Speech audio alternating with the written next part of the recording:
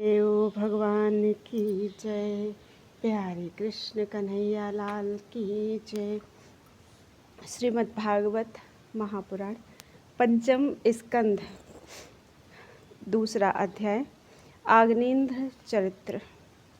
श्री सुखदेव जी कहते हैं, पिता प्रियव्रत के इस प्रकार तपस्या में संलग्न हो जाने पर राजा आग्नेन्द्र उनकी आज्ञा का अनुसरण करते हुए जम्बूद्वीप की प्रजा का धर्मानुसार पुत्रवत पालन करने लगे।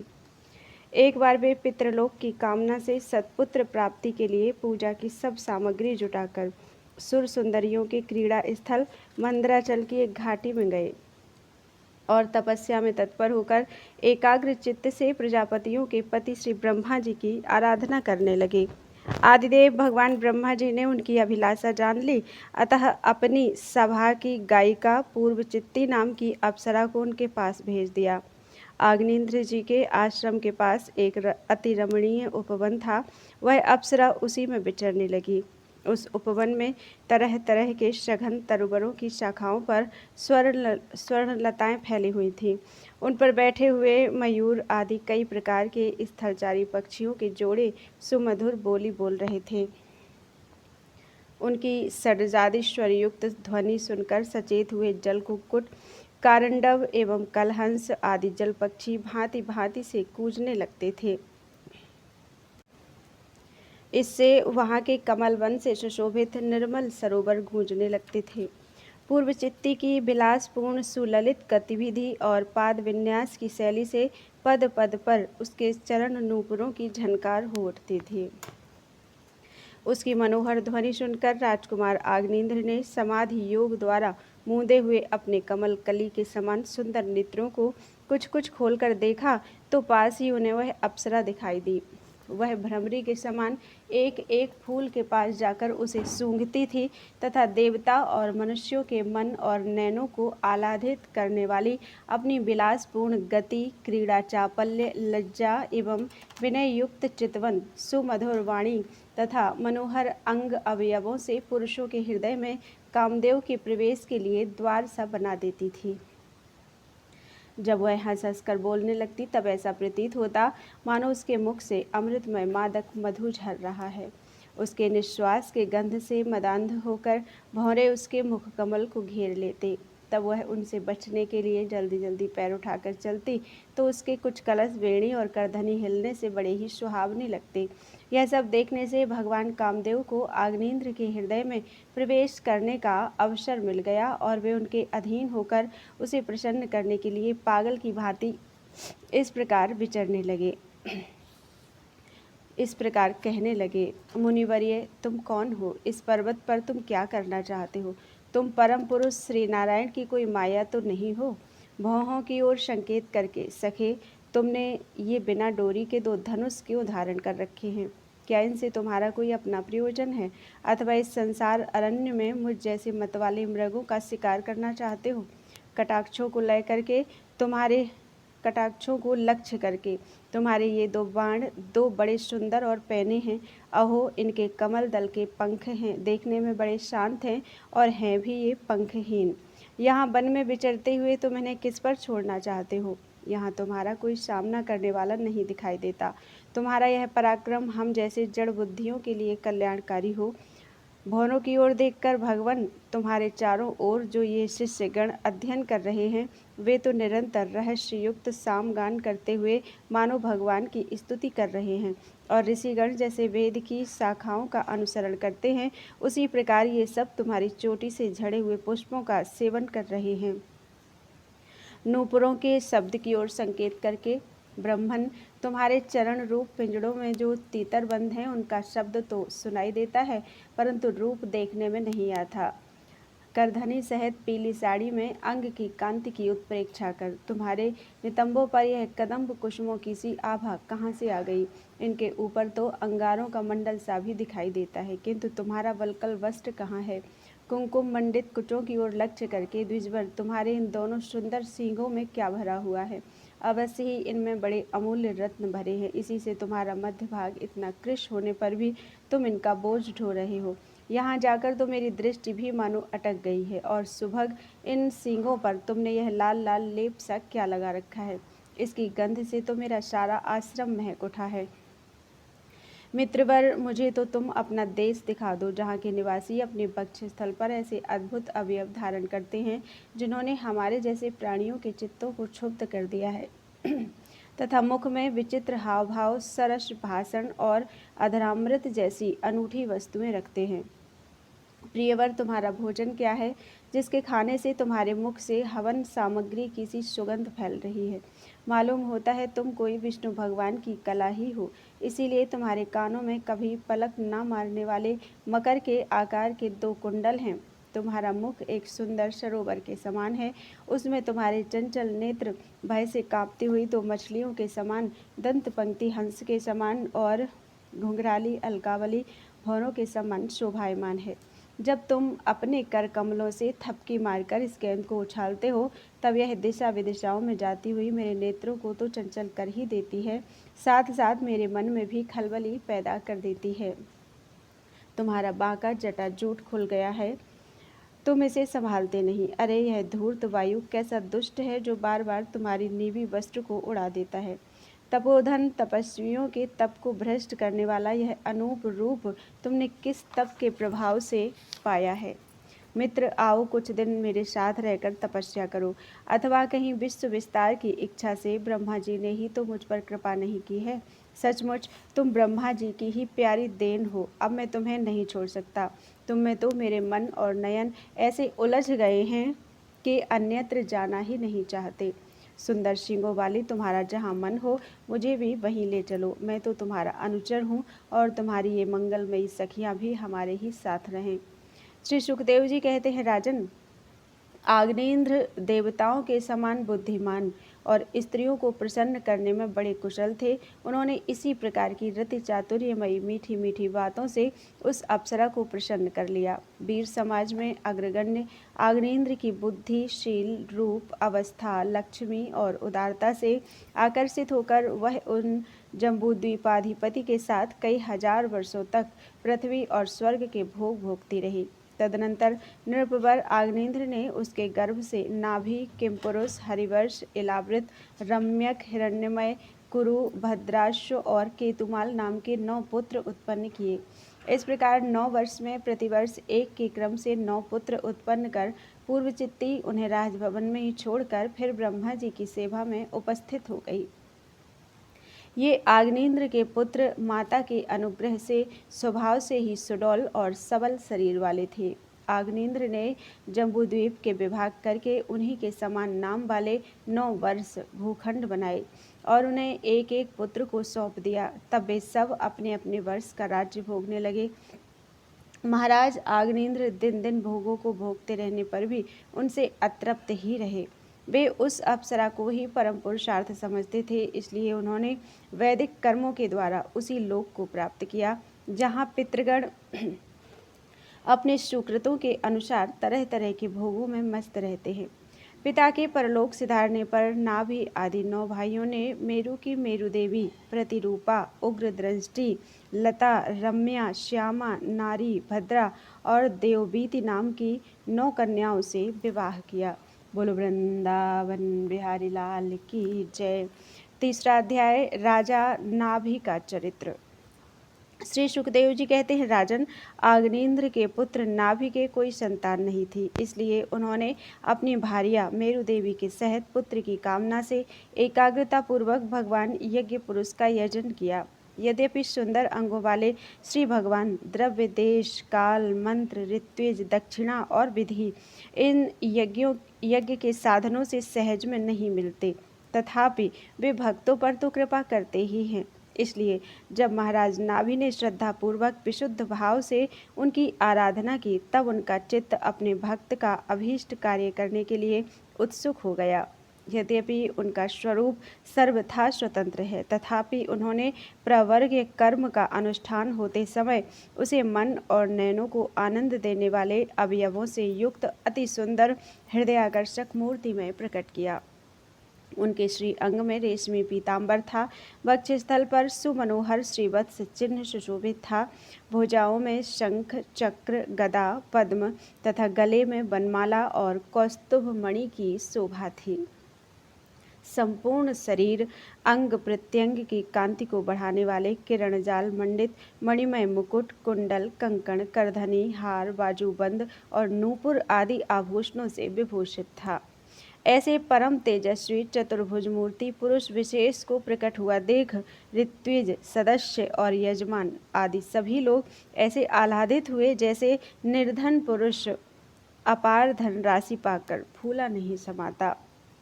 फिर सभी ने सिर झुकाकर अत्यंत आदरपूर्वक प्रभु की अर्घ्य द्वारा पूजा की और ऋत्विजों ने उनकी स्तुति की। ऋत्विजों ने कहा, पूज्यतम, हम आपके अनुगत भक्त हैं, आप हमारे पुनः पुनः पूजनीय हैं, किंतु हम आपकी पूजा करना क्या जाने, हम तो बार बार आपको नमस्कार करते हैं। इतना ही हमें महापुरुषों ने सिखाया है। आप प्रकृति और पुरुष से भी परे हैं। फिर प्राकृत गुणों के कार्यभूत इस प्रपंच में बुद्धि फंस जाने से आपके गुणगान में सर्वथा असमर्थ ऐसा कौन पुरुष है जो प्राकृत नाम, रूप एवं आकृति के द्वारा आपके स्वरूप का निरूपण कर सके। आप साक्षात परमेश्वर हैं। आपके परम मंगलमय गुण संपूर्ण जनता के दुखों का दमन करने वाले हैं। यदि कोई उन्हें वर्णन करने का साहस भी करेगा तो केवल उनके एक देश का ही वर्णन कर सकेगा। किंतु प्रभु, यदि आपके भक्त प्रेम गदगद वाणी से स्तुति करते हुए सामान्य जल, विशुद्ध पल्लव, तुलसी और दूब के अंकुर आदि सामग्री से ही आपकी पूजा करते हैं तो भी आप सब प्रकार से संतुष्ट हो जाते हैं। हमें तो अनुराग के सिवा इस द्रव्य काल आदि अनेकों अंगों वाले यज्ञ से भी आपका कोई प्रयोजन नहीं दिखलाई देता, क्योंकि आपसे स्वतः ही क्षण क्षण में जो संपूर्ण पुरुषार्थों का फल स्वरूप परमानंद स्वभावतः ही निरंतर प्रादुर्भूत होता रहता है, आप साक्षात उसके स्वरूप ही हैं। इस प्रकार यद्यपि आपको इन यज्ञादि से कोई प्रयोजन नहीं है, तथापि अनेक प्रकार की कामनाओं की सिद्धि चाहने वाले हम लोगों के लिए तो मनोरथ सिद्धि का पर्याप्त साधन यही होना चाहिए। आप ब्रह्मादि परम पुरुषों की अपेक्षा भी परम श्रेष्ठ हैं। हम तो यह भी नहीं जानते कि हमारा परम कल्याण किस में है और न हमसे आपकी यथोचित पूजा ही बनी है। तथापि जिस प्रकार तत्वज्ञ पुरुष बिना बुलाए भी केवल करुणावश अज्ञानी पुरुषों के पास चले आते हैं, उसी प्रकार आप भी हमें मोक्ष संज्ञक अपना परम पद और हमारी अभीष्ट वस्तुएं प्रदान करने के लिए अन्य साधारण यज्ञ दर्शकों के समान यहाँ प्रकट हुए हैं। पूज्यतम, हमें सबसे बड़ा वर तो आपने यही दे दिया है कि ब्रह्मादि समस्त वरदायकों में श्रेष्ठ होकर भी आप राजर्षि नाभि की इस यज्ञशाला में साक्षात हमारे नेत्रों के सामने प्रकट हो गए हैं। अब हम और वर क्या मांगे। प्रभु, आपके गुणगणों का गान परम मंगलमय है। जिन्होंने वैराग्य से प्रज्वलित हुई ज्ञानाग्नि के द्वारा अपने अंतःकरण के राग, द्वेष आदि संपूर्ण मलों को जला डाला है, अतएव जिनका स्वभाव आपके ही समान शांत है, वे आत्माराम मुनिगण भी निरंतर आपके गुणों का गान करते रहते हैं। अतः हम आपसे यही वर मांगते हैं कि गिरने, ठोकर खाने, छींकने अथवा जम्भाई लेने और संकट आदि के समय एवं ज्वर और मरण आदि की अवस्थाओं में आपका स्मरण न हो सकने पर भी किसी प्रकार आपके सकल कलिमल विनाशक भक्त वत्सल दीनबंधु आदि गुण द्योतक नामों का हम उच्चारण कर सकें। इसके सिवा कहने योग्य ना होने पर भी एक प्रार्थना और है। आप साक्षात परमेश्वर हैं। स्वर्ग, अपवर्ग आदि ऐसी कोई वस्तु नहीं है जिसे आप न दे सकें। तथापि जैसे कोई कंगाल किसी धन लुटाने वाले परम उदार पुरुष के पास पहुंचकर भी उससे भूसा ही मांगे, उसी प्रकार हमारे यजमान ये राजर्षि नाभि संतान को ही परम पुरुषार्थ मानकर आपके ही समान पुत्र पाने के लिए आपकी आराधना कर रहे हैं। यह कोई आश्चर्य की बात नहीं है। आपकी माया का पार कोई नहीं पा सकता और न वह किसी के वश में ही आ सकती है। जिन लोगों ने महापुरुषों के चरणों का आश्रय नहीं लिया, उनमें ऐसा कौन है जो उनके वश में नहीं होता, उसके वश में नहीं होता। उसकी बुद्धि पर उसका पर्दा नहीं पड़ जाता और विषय रूप विष का वेग उसके स्वभाव को दूषित नहीं कर देता। देव, आप भक्तों के बड़े बड़े काम कर देते हैं। हम मंदमतियों ने कामनावश इस तुच्छ कार्य के लिए आपका आवाहन किया, यह आपका अनादर ही है, किंतु आप समदर्शी हैं, अतः हम अज्ञानियों की इस धृष्टता को आप क्षमा करें। श्री सुखदेव जी कहते हैं, राजन, वर्षाधिपति नाभि के पूज्य ऋत्विजों ने प्रभु के चरणों की वंदना करके जब पूर्वोक्त स्तोत्र से स्तुति की, तब देवश्रेष्ठ श्रीहरि ने करुणावश इस प्रकार कहा। श्री भगवान ने कहा, ऋषियों, बड़े असमंजस की बात है। आप सब सत्यवादी महात्मा हैं। आपने मुझसे यह बड़ा दुर्लभ वर मांगा है कि राजर्षि नाभि के मेरे समान पुत्र हो। मुनियों, मेरे समान तो मैं ही हूँ, क्योंकि मैं अद्वितीय हूँ, तो भी ब्राह्मणों का वचन मिथ्या नहीं होना चाहिए। द्विज कुल मेरा ही तो मुख है, इसलिए मैं स्वयं ही अपनी अंश कला से आग्नेन्द्र नंदन नाभि के यहाँ अवतार लूँगा, क्योंकि अपने समान मुझे कोई और दिखाई नहीं देता। श्री सुखदेव जी कहते हैं, महारानी मेरु देवी के सुनते हुए उसके पति से इस प्रकार कहकर भगवान अंतर्धान हो गए। विष्णुदत्त परीक्षित, उस यज्ञ में महर्षियों द्वारा इस प्रकार प्रसन्न किए जाने पर श्री भगवान महाराज नाभि का प्रिय करने के लिए उनके रनिवास में महारानी मेरु देवी के गर्भ से दिगंबर सन्यासी और ऊर्ध्वरेता मुनियों का धर्म प्रकट करने के लिए शुद्ध सत्वमय विग्रह से प्रकट हुए।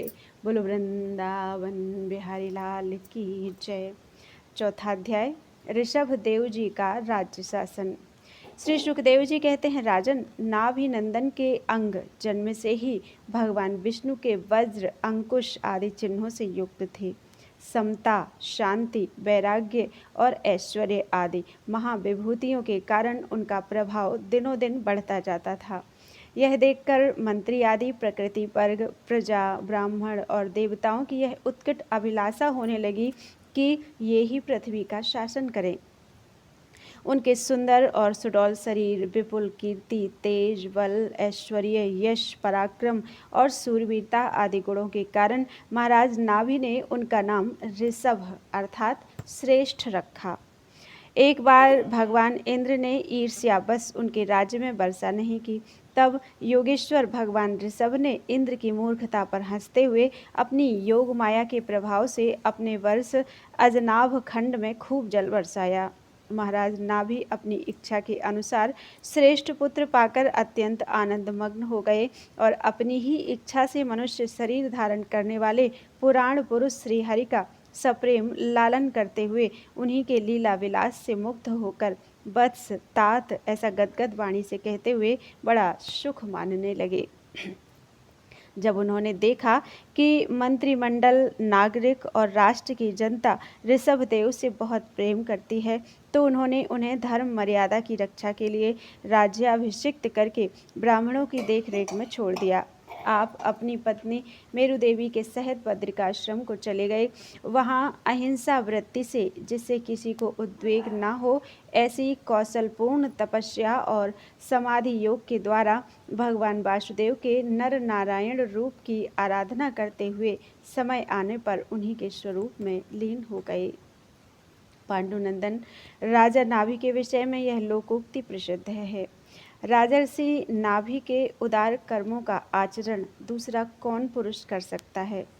जिनके शुद्ध कर्मों से संतुष्ट होकर साक्षात श्री हरि उनके पुत्र हो गए थे। महाराज नाभि के समान ब्राह्मण भक्त भी कौन हो सकता है? जिनकी दक्षिणा आदि से संतुष्ट हुए ब्राह्मणों ने अपने मंत्र बल से उन्हें यज्ञशाला में साक्षात श्री विष्णु भगवान के दर्शन करा दिए थे। भगवान ऋषभ देव ने अपने देश अजनाभ खंड को कर्म भूमि मानकर लोक संग्रह के लिए कुछ काल गुरुकुल में वास किया। गुरुदेव को यथोचित दक्षिणा देकर गृहस्थ में प्रवेश करने के लिए उनकी आज्ञा ली। फिर लोगों को गृहस्थ धर्म की शिक्षा देने के लिए देवराज इंद्र की दी हुई उनकी कन्या जयंती से विवाह किया तथा श्रौत स्मार्त दोनों प्रकार के शास्त्रोपदिष्ट कर्मों का आचरण करते हुए उसके गर्भ से अपने ही समान गुण वाले 100 पुत्र उत्पन्न किए। उनमें महायोगी भरत जी सबसे बड़े और सबसे अधिक गुणवान थे। उन्हीं के नाम से लोग इस अजनाब खंड को भारतवर्ष कहने लगे। उनसे छोटे कुशावर्त, इलावर्त, ब्रह्मावर्त, मलय, केतु,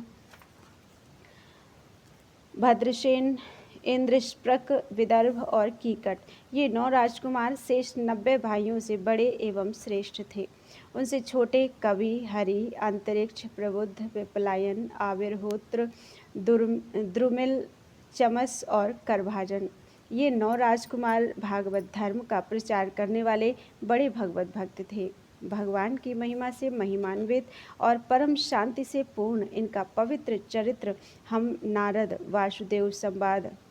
वसुदेव संवाद के प्रसंग से आगे एकादश स्कंध में कहेंगे।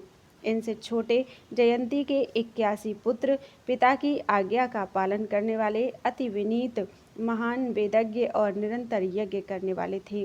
वे पुण्य कर्मों का अनुष्ठान करने से शुद्ध होकर ब्राह्मण हो गए थे। भगवान ऋषभदेव यद्यपि परम स्वतंत्र होने के कारण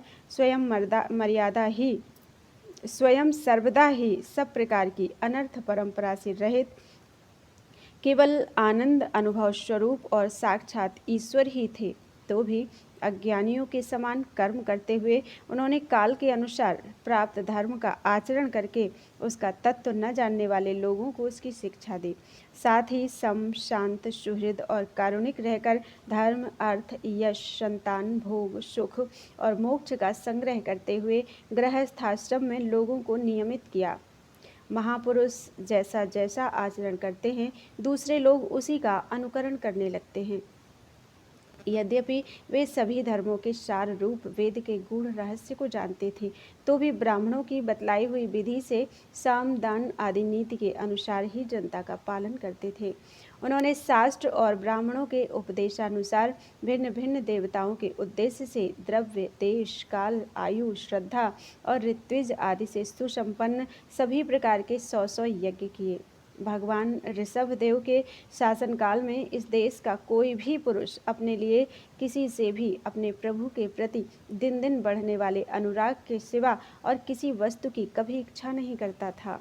यही नहीं, आकाश कुसुमादि अविद्यमान वस्तु की भांति कोई किसी की वस्तु की ओर दृष्टिपात भी नहीं करता था। एक बार भगवान ऋषभदेव घूमते घूमते ब्रह्मावर्त देश में पहुँचे। वहाँ बड़े बड़े ब्रह्मर्षियों की सभा में उन्होंने प्रजा के सामने ही अपने समाहित चित्त तथा विनय और प्रेम के भार से सुसंयत पुत्रों को शिक्षा देने के लिए इस प्रकार कहा।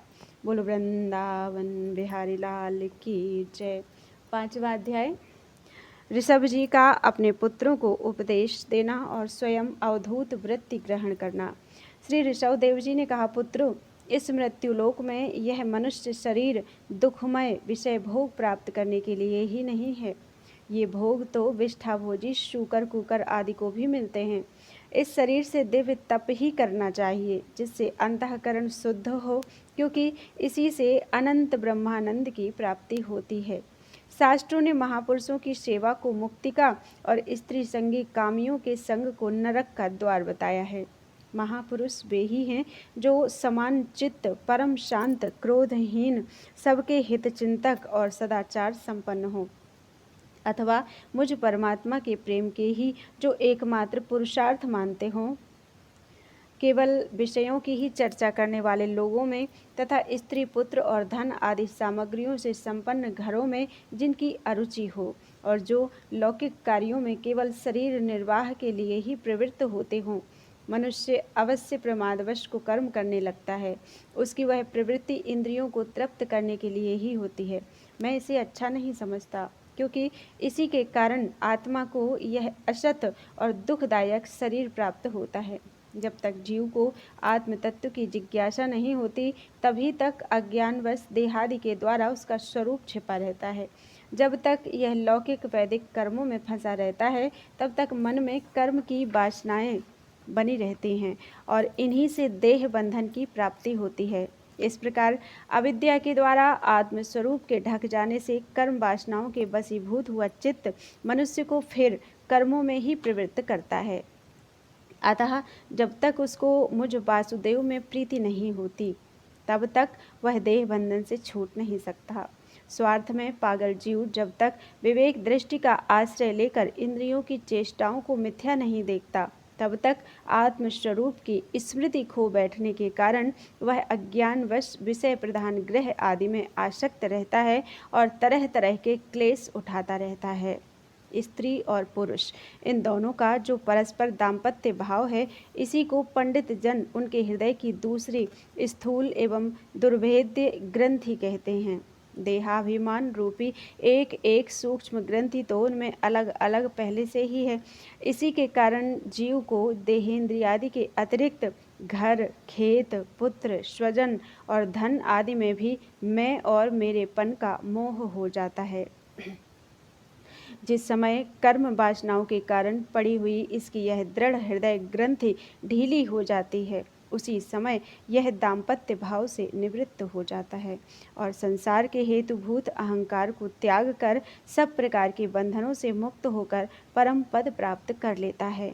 पुत्रों, संसार सागर से पार होने में कुशल तथा धैर्य, उद्यम एवं सत्व गुण विशिष्ट पुरुष को चाहिए कि सबके आत्मा और गुरु स्वरूप मुझ भगवान में भक्तिभाव रखने से, मेरे परायण रहने से, तृष्णा के त्याग से, सुख दुख आदि द्वंद्वों के सहने से जीव को सभी योनियों में दुख ही उठाना पड़ता है, इस विचार से, तत्व जिज्ञासा से, तप से, सकाम कर्म के त्याग से, मेरे ही लिए कर्म करने से, मेरी कथाओं का नित्य प्रति श्रवण करने से, मेरे भक्तों के संग और मेरे गुणों के कीर्तन से, बैर त्याग से, समता से, शांति से और शरीर तथा घर आदि में मैं मेरेपन के भाव को त्यागने की इच्छा से, अध्यात्म शास्त्र के अनुशीलन से, एकांत सेवन से, प्राण, इंद्रिय और मन के संयम से, शास्त्र और सत्पुरुषों के वचन में यथार्थ बुद्धि रखने से,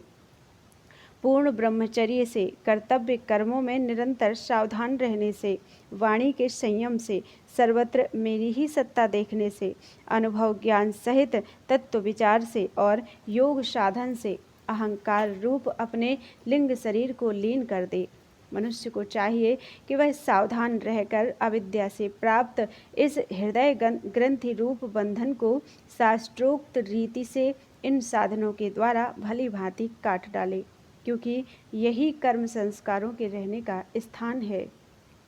तदनंतर साधन का भी परित्याग कर दे। जिसको मेरे लोक की इच्छा हो अथवा जो मेरे अनुग्रह की प्राप्ति को ही परम पुरुषार्थ मानता हो, वह राजा हो तो अपनी प्रबोध प्रजा को, गुरु अपने शिष्यों को और पिता अपने पुत्रों को ऐसी ही शिक्षा दे। अज्ञान के कारण यदि वे उस शिक्षा के अनुसार न चलकर कर्म को ही परम पुरुषार्थ मानते रहें, तो भी उन पर क्रोध न करके उन्हें समझा बुझा कर कर्म में प्रवृत्त न होने दे। उन्हें विषयाशक्ति युक्त काम में कर्म में लगाना तो ऐसा ही है जैसे किसी अंधे मनुष्य को जानबूझकर गड्ढे में ढकेल देना। इससे भला किस पुरुषार्थ की सिद्धि हो सकती है? अपना सच्चा कल्याण किस बात में है, इसको लोग नहीं जानते। इसी से वे तरह तरह की भोग कामनाओं में फंसकर तुच्छ क्षणिक सुख के लिए आपस में बैर ठान लेते हैं और निरंतर विषय भोगों के लिए ही प्रयत्न करते रहते हैं। वे मूर्ख इस बात पर कुछ भी विचार नहीं करते कि इस बैर विरोध के कारण नरक आदि अनंत घोर दुखों की प्राप्ति होगी। गड्ढे में गिरने के लिए उल्टे रास्ते से जाते हुए मनुष्य को जैसे आँख वाला पुरुष उधर नहीं जाने देता, वैसे ही अज्ञानी मनुष्य को अविद्या में फंसकर दुखों की ओर जाते देखकर कौन ऐसा दयालु और ज्ञानी पुरुष होगा जो जानबूझकर भी उसे उसी राह पर जाने दे या जाने के लिए प्रेरणा करे। जो अपने प्रिय संबंधी को भगवत भक्ति का उपदेश देकर मृत्यु की फांसी से नहीं छुड़ाता, वह गुरु गुरु नहीं है, स्वजन स्वजन नहीं है, पिता पिता नहीं है, माता माता नहीं है, इष्ट देव नहीं है और पति पति नहीं है। मेरे इस अवतार शरीर का रहस्य साधारण जनों के लिए बुद्धिगम्य नहीं है। शुद्ध सत्व ही मेरा हृदय है और उसी में धर्म की स्थिति है। मैंने अधर्म को अपने से बहुत दूर पीछे की ओर ढकेल दिया है। इसी से सत्पुरुष मुझे ऋषभ कहते हैं। तुम सब मेरे उस शुद्ध सत्वमय हृदय से उत्पन्न हुए हो, इसलिए मत्सर छोड़कर अपने बड़े भाई भरत की सेवा करो। उसकी सेवा करना मेरी ही सेवा करना है, और यही तुम्हारा प्रजापालन भी है। अन्य सब भूतों की अपेक्षा वृक्ष अत्यंत श्रेष्ठ हैं, उनसे चलने वाले जीव श्रेष्ठ हैं, और उनमें भी कीट आदि की अपेक्षा ज्ञान युक्त पशु आदि श्रेष्ठ हैं। पशुओं से मनुष्य श्रेष्ठ हैं, मनुष्यों से प्रमथ गण, प्रमथों से गंधर्व, गंधर्वों से सिद्ध, और सिद्धों से देवताओं के अनुयायी किन्नर आदि श्रेष्ठ हैं। उनसे असुर, असुरों से देवता, और देवताओं से भी इंद्र श्रेष्ठ हैं। इंद्र से भी ब्रह्मा जी के पुत्र दक्ष आदि प्रजापति श्रेष्ठ हैं। ब्रह्मा जी के पुत्रों में रुद्र सबसे श्रेष्ठ हैं। वे ब्रह्मा जी से उत्पन्न हुए हैं, इसलिए ब्रह्मा जी उनसे श्रेष्ठ हैं। वे भी मुझसे उत्पन्न हैं और मेरी उपासना करते हैं, इसलिए मैं उनसे भी श्रेष्ठ हूँ। परंतु ब्राह्मण मुझसे भी श्रेष्ठ हैं, क्योंकि मैं उन्हें पूज्य मानता हूँ। सभा में उपस्थित ब्राह्मणों को लक्ष्य करके विप्रगण, दूसरे किसी भी प्राणी को मैं ब्राह्मणों के समान भी नहीं समझता, फिर उनसे अधिक तो मान ही कैसे सकता हूँ। लोग श्रद्धापूर्वक ब्राह्मणों के मुख में जो अन्नादि आहुति डालते हैं, उसे मैं जैसी प्रसन्नता से ग्रहण करता हूँ, वैसे अग्निहोत्र में होम की हुई सामग्री को स्वीकार नहीं करता। जिन्होंने इस श्लोक में अध्ययन आदि के द्वारा मेरी वेद रूपा अति सुंदर और पुरातन मूर्ति को धारण कर रखा है, तथा जो परम पवित्र सत्वगुण, शम, दम, सत्य, दया, तप, तितिक्षा और ज्ञान आदि 8 गुणों से संपन्न है, उन ब्राह्मणों से बढ़कर और कौन हो सकता है। मैं ब्रह्मादि से भी श्रेष्ठ और अनंत हूँ, तथा स्वर्ग मोक्ष आदि देने की सामर्थ्य रखता हूँ। किंतु मेरे अकिंचन भक्त ऐसे निष्प्रह होते हैं कि वे मुझसे भी कभी कुछ नहीं चाहते। फिर राज्य आदि अन्य वस्तुओं की तो वे इच्छा ही कैसे कर सकते हैं। पुत्रों, तुम संपूर्ण चराचर भूतों को मेरा ही शरीर समझकर शुद्ध बुद्धि से परम पद पर उनकी सेवा करो, पद पद पर उनकी सेवा करो। यही मेरी सच्ची पूजा है। मन, वचन, दृष्टि तथा अन्य इंद्रियों की चेष्टाओं का साक्षात फल मेरा इस प्रकार का पूजन ही है। इसके बिना मनुष्य अपने को महामोहमय कलापास से छुड़ा नहीं सकता। श्री सुखदेव जी कहते हैं, राजन, ऋषभदेव जी के पुत्र यद्यपि स्वयं ही सब प्रकार सुशिक्षित थे, तो भी लोगों को शिक्षा देने के उद्देश्य से महाप्रभावशाली परम सुहृद भगवान ऋषभ ने उन्हें इस प्रकार उपदेश दिया। ऋषभदेव जी के 100 पुत्रों में भरत सबसे बड़े थे। वे भगवान के परम भक्त और भगवत भक्तों के परायण थे।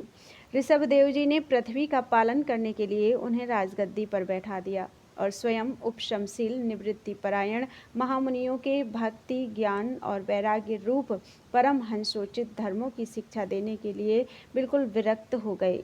केवल शरीर मात्र का परिग्रह रखा और सब कुछ घर पर रहते ही छोड़ दिया। अब वे वस्त्रों का भी त्याग करके सर्वथा दिगंबर हो गए। उस समय उनके बाल बिखरे हुए थे, उन्मत्त का सा वेश था। इस स्थिति में वे आहवनीय अर्थात अग्निहोत्र की अग्नियों को अपने में ही लीन करके सन्यासी हो गए और ब्रह्मावर्त देश से बाहर निकल गए। वे सर्वथा मौन हो गए थे, कोई बात करना चाहता तो बोलते नहीं थे। जड़, अंधे, बहरे, गूंगे, पिशाच और पागलों की सी चेष्टा करते हुए वे अवधूत बने, जहाँ तहाँ विचरने लगे। कभी नगरों, कभी गांवों में चले जाते, तो कभी खानों, किसानों की बस्तियों, बगीचों, पहाड़ी गांवों, सेना की छावनियों, गौशालाओं, अहीरों की बस्तियों और यात्रियों के टिकने के स्थानों में रहते। कभी पहाड़ों में, कभी जंगलों में और आश्रम आदि में विचरते। वे किसी भी रास्ते से निकलते तो जिस प्रकार वन में विचरने वाले हाथी को मक्खियाँ सताती हैं, उसी प्रकार मूर्ख और दुष्ट लोग उनके पीछे हो जाते और उन्हें तंग करते। कोई धमकी देते, कोई मारते, कोई पेशाब कर देते, कोई थूक देते, कोई ढेला मारते, कोई विष्ठा और धूल फेंकते, कोई आधो वायु छोड़ते और कोई खरी खोटी सुनाकर उनका तिरस्कार करते। किंतु वे इन सब बातों पर जरा भी ध्यान नहीं देते। इसका कारण यह था कि भ्रम से सत्य कहे जाने वाले इस मिथ्या शरीर में उनकी अहंता ममता तनिक भी नहीं थी। वे कार्य कारण रूप संपूर्ण प्रपंच के साक्षी होकर अपने परमात्म स्वरूप में ही स्थित थे। इसलिए अखंड चित्त वृत्ति से अकेले ही पृथ्वी पर विचरते रहते थे। यद्यपि उनके हाथ, पैर, छाती, लंबी लंबी बाहें, कंधे, गले और मुख आदि अंगों की बनावट बड़ी ही सुकुमार थी उनका स्वभाव से ही सुंदर मुख स्वाभाविक मुस्कान से और भी मनोहर जान पड़ता था। नेत्र नवीन कमल दल के समान बड़े ही सुहावने, विशाल एवं कुछ लाली लिए हुए थे। उनकी पुतलियां शीतल एवं संताप हारिणी थी। उन नेत्रों के कारण वे बड़े मनोहर जान पड़ते थे। कपोल, कान और नासिका छोटे बड़े न होकर समान एवं सुंदर थे तथा उनके अस्फुट हास्य युक्त मनोहर मुखारविंद की शोभा को देखकर पुर नारियों के चित्त में कामदेव का संचार हो जाता था। तथापि उनके मुख के आगे जो भूरे रंग की लंबी लंबी घुंघराली लटें लटकती रहती थीं, उनके महान भार और अवधूतों के समान धूलि धूसरित देह के कारण वे ग्रहग्रस्त मनुष्य के समान जान पड़ते थे। जब भगवान ऋषभदेव ने उन्हें देखा कि यह जनता योग साधन में विघ्न रूप है और इससे बचने का उपाय बीभत्स वृत्ति से रहना ही है, तब उन्हें अजगर वृत्ति धारण कर ली। वे लेटे ही लेटे खाने पीने, चबाने और मलमूत्र त्याग करने लगे। वे अपने त्यागे हुए मल में लोट लोट कर शरीर को उससे सान लेते, किंतु उनके मल में दुर्गंध नहीं थी, बड़ी सुगंध थी और वायु उस सुगंध को लेकर उनके चारों ओर 10 योजन तक सारे देश को सुगंधित कर देती थी। इसी प्रकार गऊ, मृग और काक आदि की वृत्तियों को स्वीकार कर वे उन्हीं के समान कभी चलते हुए, कभी खड़े खड़े, कभी बैठे हुए और कभी लेटे लेटे ही खाने पीने और मल मूत्र का त्याग करने लगते थे। परीक्षित, परमहंसों को त्याग के आदर्श की शिक्षा देने के लिए इस प्रकार मोक्षपति भगवान ऋषभदेव ने कई तरह की योगचर्याओं का आचरण किया। वे निरंतर सर्वश्रेष्ठ महान आनंद का अनुभव करते रहते थे। उनकी दृष्टि में निरुपाधिक रूप से संपूर्ण प्राणियों की आत्मा अपने आत्म स्वरूप भगवान वासुदेव से किसी प्रकार का भेद नहीं था। इसलिए उनके सभी पुरुषार्थ पूर्ण हो चुके थे। उनके पास आकाश गमन, मनोजवित्व अर्थात मन की गति के समान ही शरीर का भी इच्छा करते ही सर्वत्र पहुँच जाना, अंतर्धान, परकाय प्रवेश अर्थात दूसरे के शरीर में प्रवेश करना, दूर की बातें सुन लेना और दूर के दृश्य देख लेना आदि सब प्रकार की सिद्धियां अपने आप ही सेवा करने को आईं, परंतु उन्होंने उनका मन से आदर या ग्रहण नहीं किया। बोलो वृंदावन बिहारी लाल की जय। छठा अध्याय, ऋषभदेव जी का देह त्याग। राजा परीक्षित ने पूछा, भगवान, योग रूप वायु से प्रज्वलित हुई ज्ञानाग्नि से जिनके रागादि कर्म बीज दग्ध हो गए हैं, उन आत्माराम मुनियों को दैववश यदि स्वयं ही अणिमादि सिद्धियां प्राप्त हो जाएं, तो वे उनके राग द्वेषादि क्लेशों का कारण तो किसी प्रकार हो नहीं सकती। फिर भगवान ऋषभ ने उन्हें स्वीकार क्यों नहीं किया?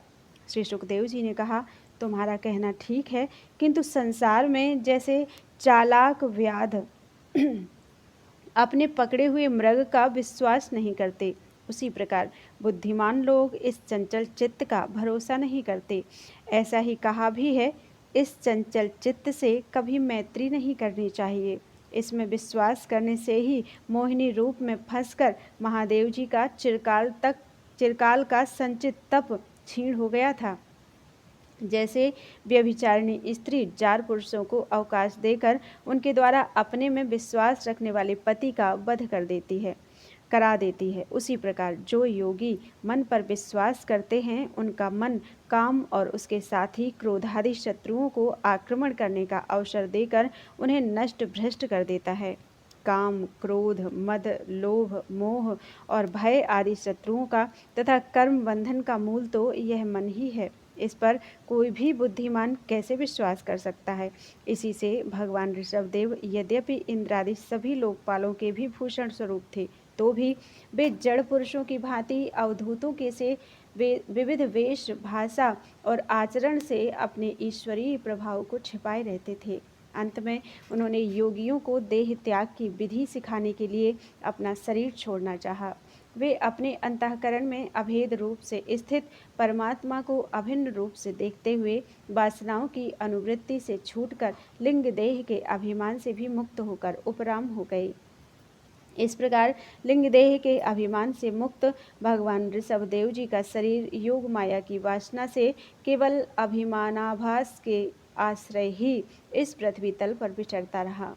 वह दैववश कोंक, वेंक और दक्षिण आदि कुटक कर्नाटक के देशों में गया और मुंह में पत्थर का टुकड़ा डाले तथा बाल बिखेरे उन्मत्त के समान दिगंबर रूप से कुटकाचल के वन में घूमने लगा। इसी समय झंझावात के झकझोरे हुए बांसों के घर्षण से प्रबल दावाग्नि धधक उठी और उसने सारे वन को अपनी लाल लाल लपटों में लेकर ऋषभ देव जी के सहित भस्म कर दिया। राजन, जिस समय कलयुग में अधर्म की वृद्धि होगी उस समय कोंक, वेंक और कुटक देश का मंदमती राजा अरहत वहाँ के लोगों से ऋषभ देव जी के आश्रमातीत आचरण का वृत्तांत सुनकर तथा स्वयं उसे ग्रहण कर लोगों के पूर्व संचित पाप फल रूप होनहार के वशीभूत होकर भय रहित स्वधर्म पथ का परित्याग करके अपनी बुद्धि से अनुचित और पाखंडपूर्ण कुमार्ग का प्रचार करेगा। उससे कलयुग में देवमाया से मोहित अनेकों अधम मनुष्य अपने शास्त्र विहित शौच और आचार को छोड़ बैठेंगे।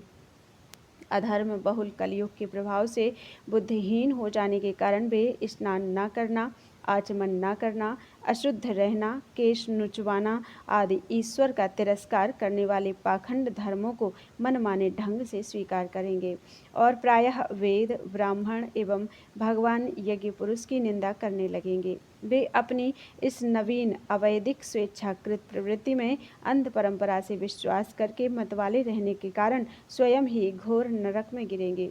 भगवान का यह अवतार रजोगुण से भरे हुए लोगों को मोक्ष मार्ग की शिक्षा देने के लिए ही हुआ था। इसके गुणों का वर्णन करते हुए लोग इन वाक्यों को कहा करते हैं। अहो, 7 समुद्रों वाली पृथ्वी के समस्त द्वीप और वर्षों में यह भारतवर्ष बड़ी ही पुण्य भूमि है, क्योंकि यहाँ के लोग श्रीहरि के मंगलमय अवतार चरित्रों का गान करते हैं। अहो, महाराज प्रियव्रत का वंश बड़ा ही उज्ज्वल एवं सुयशपूर्ण है, जिसमें पुराण पुरुष श्री आदिनारायण ने ऋषभ अवतार लेकर मोक्ष की प्राप्ति कराने वाले पारमहंस्य धर्म का आचरण किया। अहो, इन जन्म रहित भगवान ऋषभ देव के मार्ग पर कोई दूसरा योगी मन से भी कैसे चल सकता है, क्योंकि योगी लोग जिन योग सिद्धियों के लिए लालायित होकर निरंतर प्रयत्न करते रहते हैं, उन्हें इन्होंने अपने आप प्राप्त होने पर भी असत समझकर त्याग दिया था। राजन, इस प्रकार संपूर्ण वेद, लोक, देवता, ब्राह्मण और गौओं के परम गुरु भगवान ऋषभ देव का यह विशुद्ध चरित्र मैंने तुम्हें सुनाया। यह मनुष्यों के समस्त पापों को हरने वाला है। जो मनुष्य इस परम मंगलमय पवित्र चरित्र को एकाग्र चित्त से श्रद्धापूर्वक निरंतर सुनते या सुनाते हैं, उन दोनों की ही भगवान वासुदेव में अनन्य भक्ति हो जाती है। तरह तरह के पापों से पूर्ण सांसारिक तापों से अत्यंत तपे हुए अपने अंतःकरण को पंडित जन इस भक्ति शरीता में ही नित्य निरंतर नहलाते रहते हैं। इससे उन्हें जो परम शांति मिलती है वह इतनी आनंदमयी होती है कि फिर वे लोग उसके सामने अपने ही आप प्राप्त हुए मोक्ष रूप परम पुरुषार्थ का भी आदर नहीं करते। भगवान के निज जन हो जाने से ही उनके समस्त पुरुषार्थ सिद्ध हो जाते हैं। राजन, भगवान श्री कृष्ण स्वयं पांडव लोगों के और यदुवंशियों के रक्षक, गुरु, इष्टदेव, सुहृद और कुलपति थे।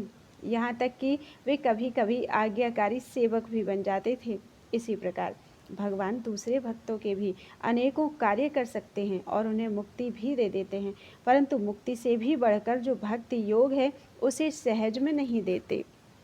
निरंतर विषय भोगों की अभिलाषा करने के कारण अपने वास्तविक श्रेय से चिरकाल तक वे शुद्ध हुए लोगों को, जिन्होंने करुणावश निर्भय आत्मलोक का उपदेश दिया, प्राप्ति से सब प्रकार की तृष्णाओं से उपदेश दिया और जो स्वयं निरंतर अनुभव होने वाले आत्मस्वरूप की प्राप्ति से सब प्रकार की तृष्णाओं से मुक्त थे, उन भगवान ऋषभ देव को नमस्कार है।